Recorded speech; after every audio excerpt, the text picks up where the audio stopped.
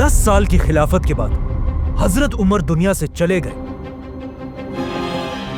لیکن ان کے وفات کے صرف 3 دن بعد حضرت عثمان مسلمانوں کے نئے خلیفہ بنے، جو ایک بڑے صحابی ہونے کے ساتھ ساتھ دنیا کے سب سے امیر لوگوں میں سے بھی تھے، جس کے بعد حضرت عثمان 12 سال تک مسلمانوں کے خلیفہ رہے، جس میں انہوں نے مسلمانوں کو ایک قرآن پر یونائٹ کیا، اسلام کی پہلی کرنسی بنائی، مکہ اور مدینہ کی مسجدوں کو ایکسٹینڈ کیا، جو آج تک جاری ہے۔ لیکن خلافت کی سب سے پہلی اور بڑی بغاوت بھی حضرت عثمان کے دور میں ہی ہوئی۔ لیکن اب مسئلہ یہ ہے کہ اس سب کے بعد بھی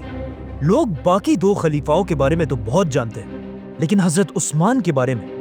لوگ بہت کم جانتے ہیں۔ حالانکہ حضرت عثمان کی سٹوری بہت ہی انسپائرنگ ہے،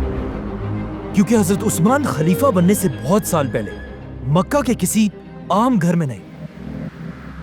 بلکہ مکہ کے سب سے رچ خاندان بنو امیہ میں پیدا ہوئے، اور ان کے والد عفان کا مکہ میں کپڑوں کا بہت بڑا بزنس تھا،